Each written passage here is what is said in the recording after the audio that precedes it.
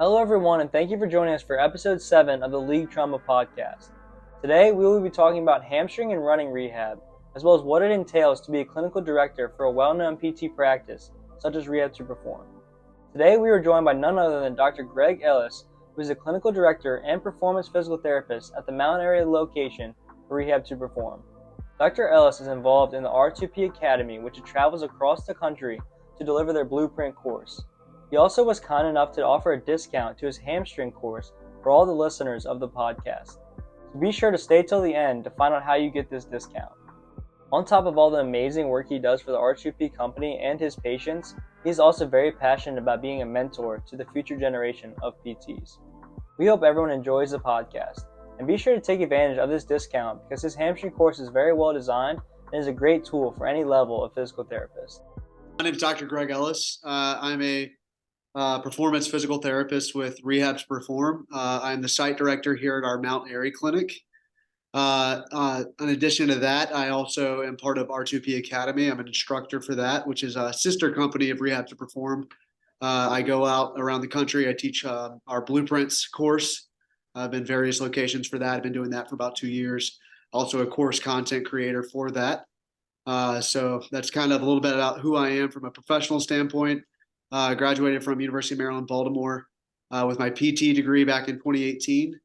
Spent about a year doing general orthopedics before I transitioned here to Rehab to Perform, where I get a little bit more of the sports and orthopedics side of things. So very cool. Yeah, we have a lot of questions to ask you today, but we're going to jump straight into it. Try to cover as much as we can. Perfect. That's cool with you. So first thing, something I like to ask is just, what is your why? What is it that drives you into being the best professional that you could be? Yeah, I think some of that is innate. I think a lot of us that get into this PT field are high performers. I mean, it's hard to get into PT school. It's a lot of extra schooling and things like that. So I was always driven by just trying to gain as much knowledge. I grew up playing sports. The idea of rehab was something I wanted to be a part of from probably at some point in high school, going through various injuries, things like that. Nothing significant on my end, but little things here and there that kind of led me down that path. But on a day-to-day basis, my why is trying to provide the best care I can to prevent future re-injury risk or reduce future re-injury risk. Try to promote activity from a general orthopedic standpoint. We have a lot of people that don't get enough activity, and I like to do a lot of education on that. And then serving as a site director and also a CI for DPT students that come to our location, I get an opportunity to also play mentor role as well, which I really enjoy as well. And so hopping off that, like being a clinical director as well as doing that blueprint stuff, like how have you seen that kind of like incorporate your communication skills that you just have learned throughout the process, and how is it built on your skills as you treat patients in the clinic? Yeah. So just a little bit about, like, as a site director, kind of what does the day-to-day look like? I think that's kind of good to talk about. So on a day-to-day basis, I still treat full-time. So every 30 minutes, we have a patient, full hour block for evals. I'm expected to be held to the same metrics that my clinicians here at the location are. So still treating full-time, but also on a day-to-day basis, that's serving as a bridge between our clinicians and our clerical front desk staff. What does one party need to communicate to the other? How can I bridge that, facilitate that? Same role between the corporate side of things to our clinicians and to our clerical staff. So just being the face of the organization on a day-to-day basis is kind of what fills up my day. In addition to that, from a communication standpoint, I think I had to learn over the last few years, and we'll touch on site director side of stuff first before we get into the academy, but from a communication side of things, I think I learned that it's about being clear in message. It's about being consistent in your message, and it's about candor. So how candid can you be about providing the why behind what you're communicating?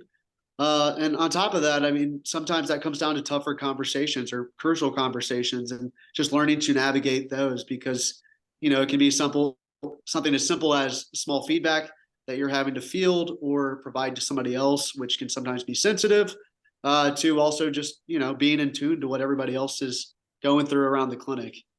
So from a communication standpoint, I try to have a touch point with everybody in my staff every day. So that starts something as simple as greeting the front desk staff as I walk in the door, to going out of my way to talk to each of my clinicians, say, hey, how are you? What do you need from me today? That kind of thing. So just being in tune. Awesome. Very cool. It's crazy to say it, but we're in 2024 now, and you've been at R2P for quite a little while. What has it been like seeing the growth of Rehab to Perform over the past few years, and where do you see it heading in the future, say maybe 2030? Yeah, wow, that's an excellent question. 2030, I'll refer you to Josh Funk, which I know you guys know well. He'll know a little bit more of the ins and outs there. But when I got hired in 2019, Mount Airy was the most new clinic. It was our third clinic open. It was myself and Dr. Caleb Fatzinger, and then soon we were joined by Dr. Stephanie Nichols as well. So we were 2 or 3 clinicians for about 2 years before now we're at 6 full-time clinicians here.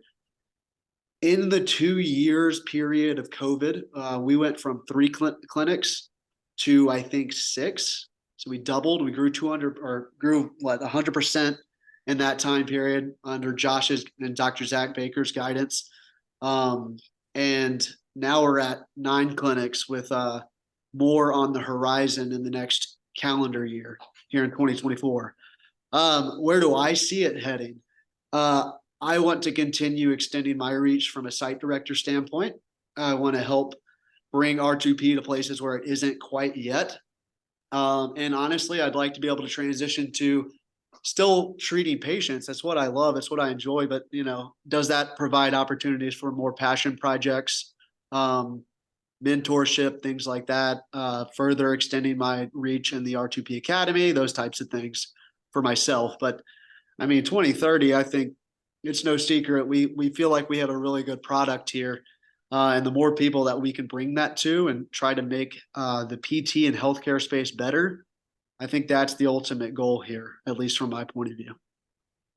Yeah, I feel like the brand in general is just so much more popular now. Like, I'd say if in 2019, if you were to say you work at R2P, some people may be like, tell me a little bit more. But now when you say Rehab to Perform, it's just like, wow, like top sports physical therapy in Maryland. It's just in the region, growing and expanding. And I think it's a great thing. Yeah, it's been really cool to be a part of. Like, I think, like I said, third clinic open. If I look back at it and I start to count the people that are still with the company, I was maybe the 11th PT hired. And now at 9 clinics, we're pushing almost 40 PTs. And none of that's through my own work. Like I said, Josh and Zach are just absolutely killing it, and incredible leaders that have been really helpful in that process. But I've had the opportunity of onboarding now 4 clinicians here at R2P Mount Airy, and that's been pretty cool. And it's also really cool every year when we get to our R2P kickoff in January, just to see all the new faces. So it's a challenge to communicating and meeting with everybody, but it's one that's welcomed. It's very cool. Yeah, you said 2 new faces. We have 2 new faces from our program this year, so we think. Really yeah, pretty neat. I think I've had a few come through our doors too. So yeah.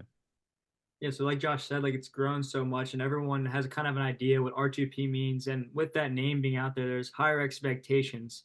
So how do you kind of like manage the gap and maybe like a new grad handling that high expectations of the patients that they have for R2P? And kind of like, do you have any like guidance for like a new grad for when they are working at more of one of the popular locations as compared to like your like private practice, like outpatient? Yeah. So I think the root of the question is how do you handle the expectations of you're on your own now, and how do you provide a high standard of service? What I'll say is what we do really well here is the onboarding process. This is something that we spent much of 2022 and 2023 revamping and reworking to kind of meet the needs of a growing staff. So we have scheduled on our blocks, as site director, I meet with our new hires once a week for an hour for the first 8 weeks, and then every other week beyond that through about 12 to 16, depending on what they're needed. During that time, we have structured things that we talk about. What is your work-life balance? What's your daily routine looking like? How do you handle various insurances and those processes, documentation, and then just workshopping clinical things as well.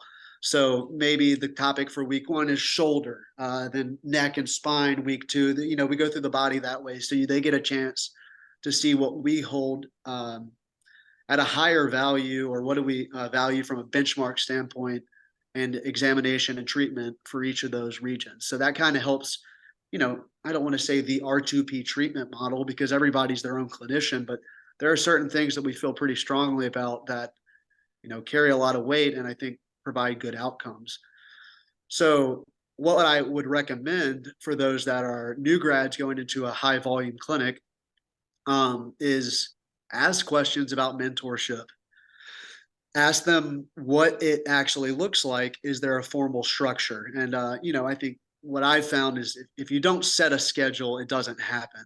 And on top of that, if the clinician isn't pushing for it, it's not going to happen. So not only is the onus on, I think, the company to provide those resources, and along with all that, we have online resources that is almost like coursework that they get to go through, that, onboarding different things. But, what resources do they have? And is there a set structure? And then it's also on the individual, like ask questions, let them know when you're not comfortable with something. And you got to be an advocate for yourself in that regard too. Yeah, that's a great point. Yeah. So kind of bouncing off that a little bit, what recommendations would you give to a student who's trying to jumpstart their career as a sports physical therapist? So like us now, obviously we're interested in sports PT. What recommendations would you give to us if we're trying to jumpstart that process? If we're trying to just like, what resources are out there? What do you have? Challenging yourself with, maybe starting a company in a PT school that does a podcast and an Instagram. Those are pretty good places to start. So kudos to you guys on that. So making yourself uncomfortable is key. Asking a lot of questions and being curious. I think in my first few years, I did a pretty good job of staying up to date on research. I still, I'm up to date on a lot of things, but being curious, asking questions, and then going through the not only educating yourself on the research, but taking the time to, when you are confronted with a diagnosis, what does the rehab framework look like? Take that patient from day 1. What does that day 1 eval look like in their home exercise program? At the end of month 1, where do we expect them to be? And what is their early, mid phase to late phase? What are those looking like? And how does HEP evolve during that time? How are you factoring in physiological healing timelines with that, and combining that? So those are like our time-based protocols. How are you combining that with maybe a criterion-based protocol? That is something I found a lot of success with when I came into R2P. And that's homework, to be honest with you. That's, we got a big whiteboard behind me here. You see those everywhere at all of our clinics. And, I spent a lot of time filling that whiteboard up with information of how do I want to plan and structure to this? So how can I scale rehab to make sure that they're actually accumulating enough workload for it to be safe to go back to sport or work or what have you. And just trying to organize those thoughts, I think, is the most challenging thing I saw. And then, but also doing the work is what helped me the most. So I'd recommend doing that. Cool. Thank you. Switching gears a little bit, let's get into actual rehab itself. I know you're very fond of hamstring rehab. You want to talk a little bit about that and what you kind of have to offer with that regards? Sure. I think like I said, I was a course creator for R2P Academy, in addition to the blueprints course that I travel and teach with the various instructors. But we, Dr. Anthony Iannarino and I, he is one of the PTs for the Washington Wizards and a former R2P employee at Germantown and Frederick. He and I got together in the last couple of years. We created an actual course, Hamstring Rehab Accelerator, with the purpose of taking you from let's talk a little bit about principles of rehab that we value. That's our blueprints course. And going from what's the risk factors, what do we need to know in general about the physiological healing of hamstring strains, to the examination, going from day one table to turf at end stage rehab. What benchmarks matter?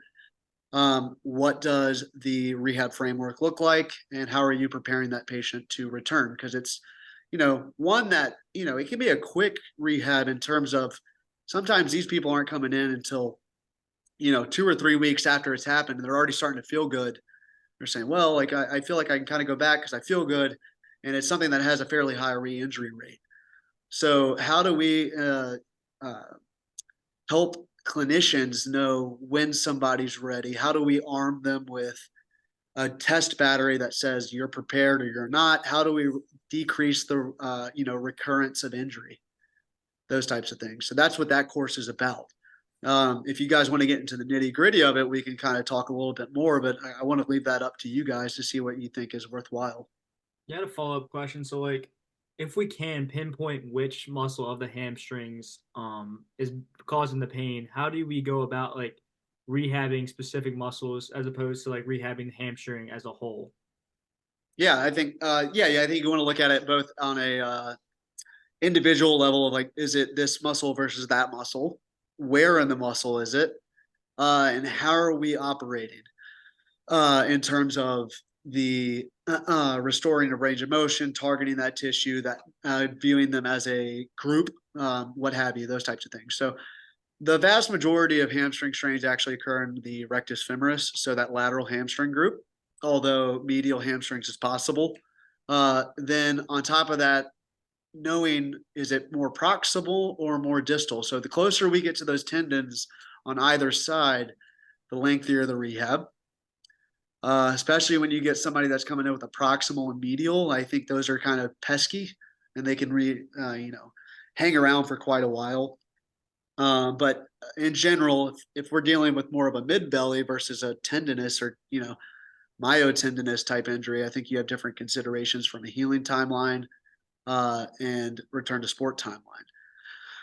In terms of which muscles and what are you going to avoid, I think let's look at it in terms of a group of muscles. If it's more of a proximal injury, we think about it being a two joint muscle, right?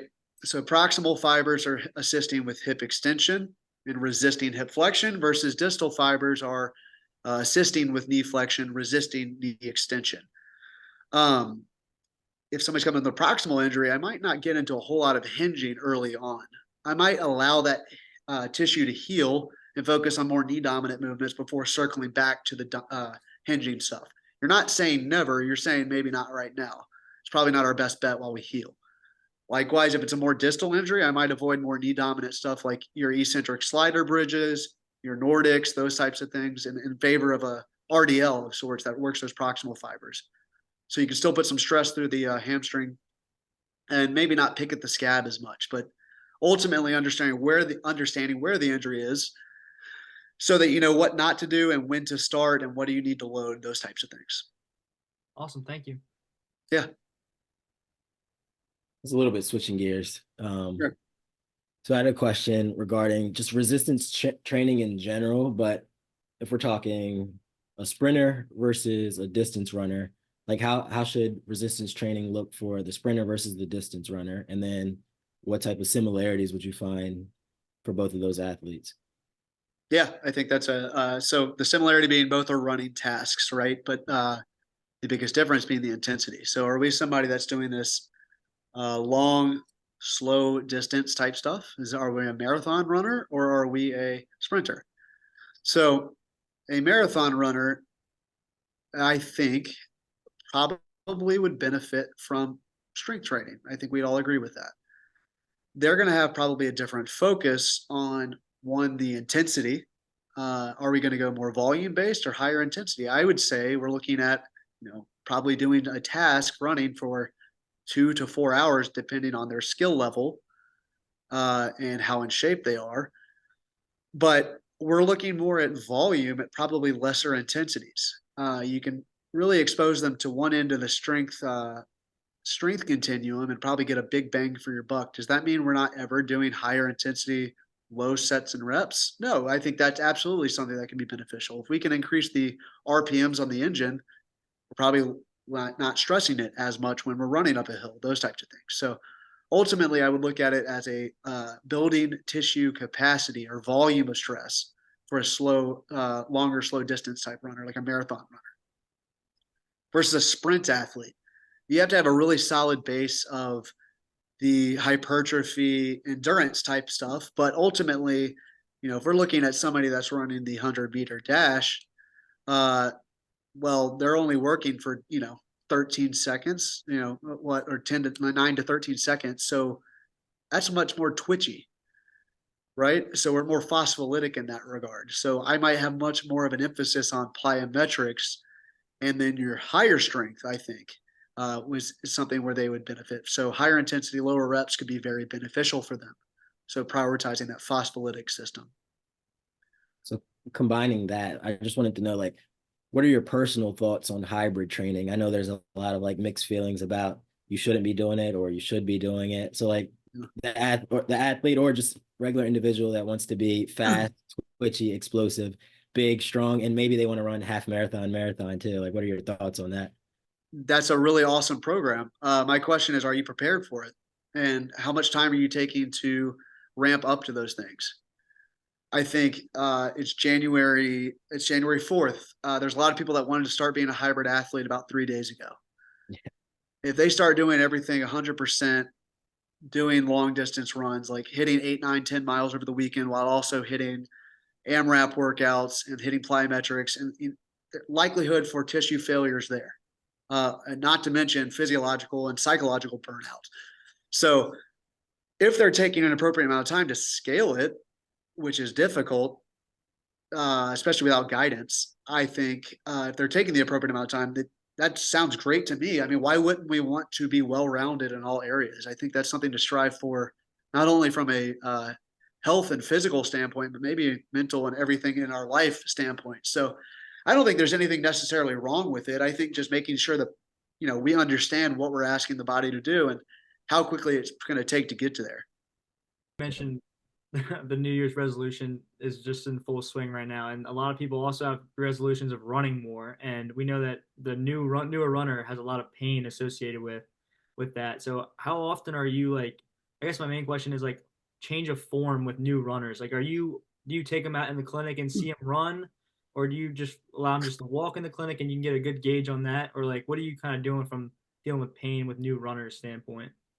I love that question. So there's a big tug of war between, is it biomechanics and running mechanics, or is it kinetics? So one describing the movement, one describing the forces at play. I think let's back up actually with that. How efficient of a runner is a 2-year-old? Not very efficient. They haven't done it a lot. Now, I could spend all I wanted doing gait mechanics with a 2-year-old, and it's probably not going to change a whole lot because they just don't have enough repetition. Now, similarly, you take, say, 31-year-old. They're probably really adequate walkers, but maybe they haven't been a long distance runner ever. They're starting January 1st.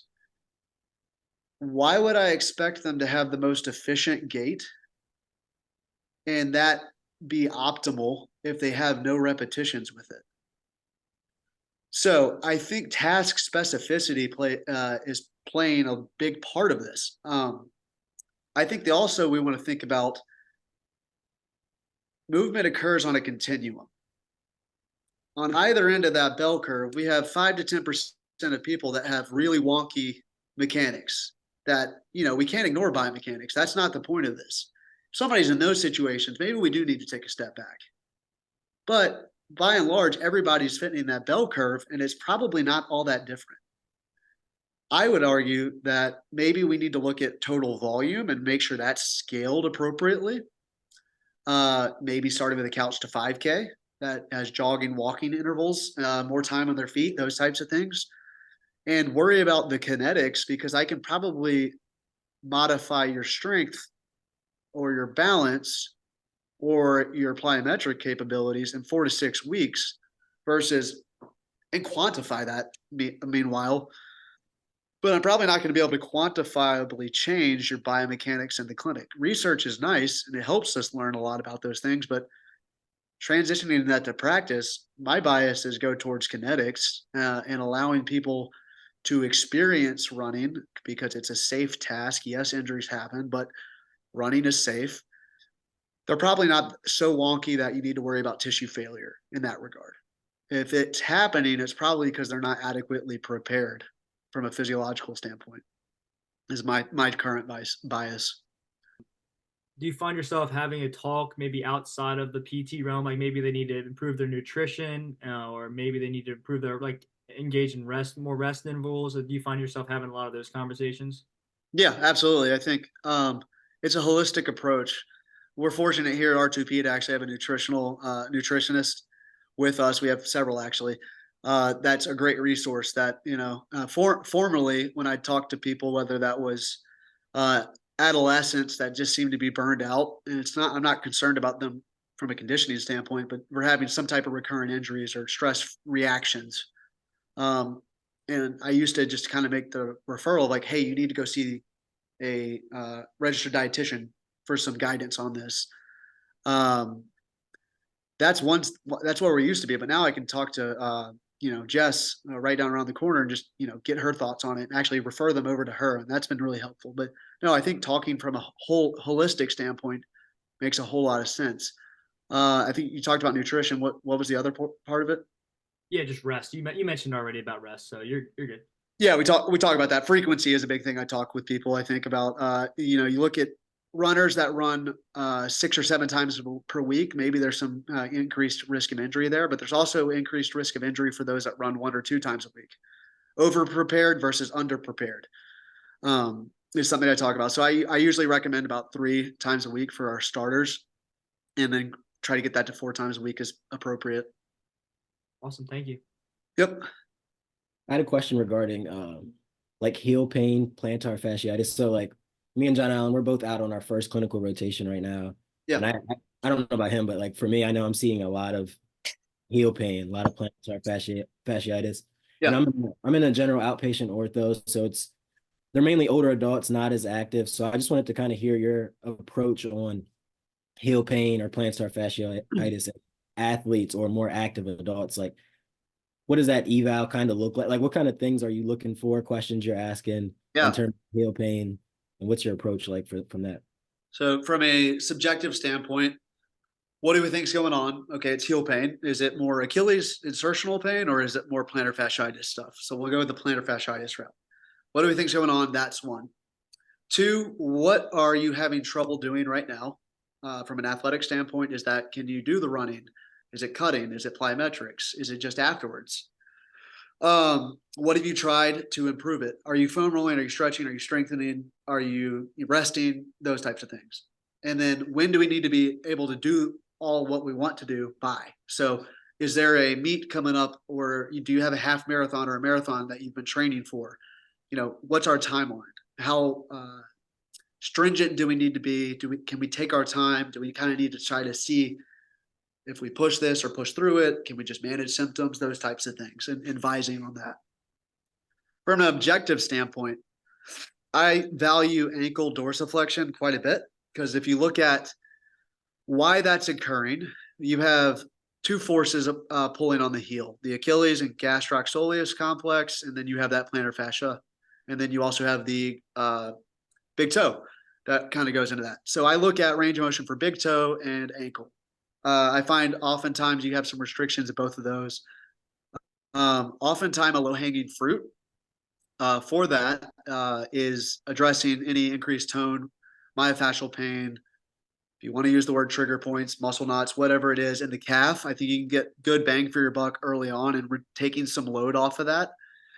But I also want to see, do we have a capacity issue at the calf? So why is it so tight? Sometimes muscles can get pretty tight strictly because they're being worked at their maximum all the time. So if I do, if they can't tolerate a calf raise position, that's a problem. We have a tolerance issue. It's too painful to do. Versus I can do a calf raise, but I'm crapping out at 12, 15 reps whenever, we probably look at norms, and 25 above is probably what we more need to be in a single leg calf raise test. So I'm looking at that. And then if, we can tolerate an isometric hold, we can tolerate and perform well with our single leg calf raises. How does it look from an elastic standpoint? So when we get rate of loading into it, so pogo hops, plyometrics, running, I guess, all of that kind of fits into that. So we kind of try to see what irritates it and where are our energy leaks that are occurring, and how can we fine tune that to resist that and better support the shank and foot from a kinetic standpoint, but also to offload that heel is kind of what I value. And our younger athletes, I'd look at anything from a posterior chain standpoint. How's our hamstring length? How's our hamstring strength? How's our gross lower body strength? Is there a reason why we're having more force go through the foot? Because maybe we have some strength limitations or capacity limitations at the quad or hip. So that's causing more relative stress towards the foot. So that's things I look at. There's a functional battery with that we don't have to go too far into. But yeah, like I said, I value ankle, range of motion. Do we have enough mobility? Do we have enough strength and capacities to support the activities? And and then we talked about subjective stuff. Cool. Thank you. Yeah. So we're running out of time here. Do you have any closing words you want to say? Any questions for us that we can answer for you at this point? Anything like that? One thing I would love to say, thank you, for giving me the opportunity to talk a little bit about stuff I like running rehab and hamstring rehab. With that hamstring rehab accelerator course, if anybody wants to email me, that's at Dr. Ellis at rehabtoperform.com. So DRELLIS at rehab, the number 2, perform.com. If you just send me an email, just say, hey, heard about your course. I'm interested. I'm happy to provide you a discount code for that. So that would be something I'd love to do, just simply by emailing me. The more I can get people the word out on that, I'd love to. It's a living, breathing course that's being kind of one you can talk to me and Anthony throughout it, get some feedback on what works, what doesn't, all that type of stuff. So feel free to email me. I'm happy to provide that. But question for you guys, you're entering your third year of PT. Now you're out practicing. What have you found most helpful to this point? And what do you feel like you need to work on, or that would have been helpful to know going in? I can start. I definitely feel like just the communication between me and the CI has been huge for me in all my placements so far. I feel like I have tons of questions, and they've done a really good job of just being there, like on the spot. Obviously, I don't want to step on their feet when they're treating and talking to a patient, but when I do have that burning question, they're always open to give me an explanation and actually show me on my body, or let me do it on their body. That has been a huge benefit to just learning in that regards. I think Josh and I both can agree that we haven't had our spine course yet. That's part of our third year. We have our spine course in the third year, and we're seeing a lot of low back pain in both of our clinics. And I would think we both would have benefited from having that course before going into our third rotation. Just have a better idea of what we're looking for, kind of what's presenting itself, and why it's presenting that way. Yeah, I think John Allen, you hit it right on the money. Definitely establishing that rapport with our CI early on has been very beneficial for me as well. I know, like on my very first day, just sitting down and talking to my CI, him asking me like, what are your goals? What are your expectations? What do you want to get out of this? What is it that you want to see? What do you feel comfortable with? What don't you feel comfortable with? What can I do to help you? I think that has been huge for me. And I mean, we're in our first week of our first full-time rotation. So we still have a lot more to come, but just starting off this week, I feel a lot more comfortable knowing that he's there with that. And then also following what John Allen said, we haven't had we talked a little bit about the spine. We know the anatomy. And I guess it's good that we're out there, we're seeing it now, and then we're going to go back and then learn it in depth. But like as of right now, seeing a lot of low back pain patients and then not really knowing what to do from a examination standpoint has been difficult in terms of that, because I feel like everything starts with the core. Like it starts with the spine, the muscles that attach to the spine, and then we work out distally. So not having those higher level courses yet on the spine has been a little bit of a struggle in this first week, given that we see a lot of low back pain patients. Yeah, it's one of the primary things we get, in your outpatient orthopedic and even sports settings. So I think one thing that you're doing is you're getting your hands dirty and then getting out there and experiencing it. That's invaluable. So I think the more you guys can soak it up like a sponge, the better. So just keep on pushing on that side of things. Yeah. Another thing I was going to say too is talking to people like you and other people we've had on this podcast has been very beneficial for us because we've been able to ask questions that we may not ask in the classroom because maybe they don't come up in the classroom, but we get to talk to like an actual performance physical therapist right here one-on-one. So that's been helpful for us for sure. And we appreciate it. That's awesome. Well, yeah.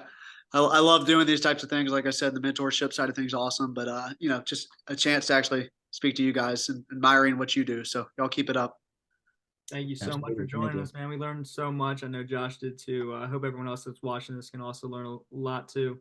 So yeah, thank you very much, and we'll definitely be in touch. All right. Happy New Year, guys. Take care. Thank you. Yep.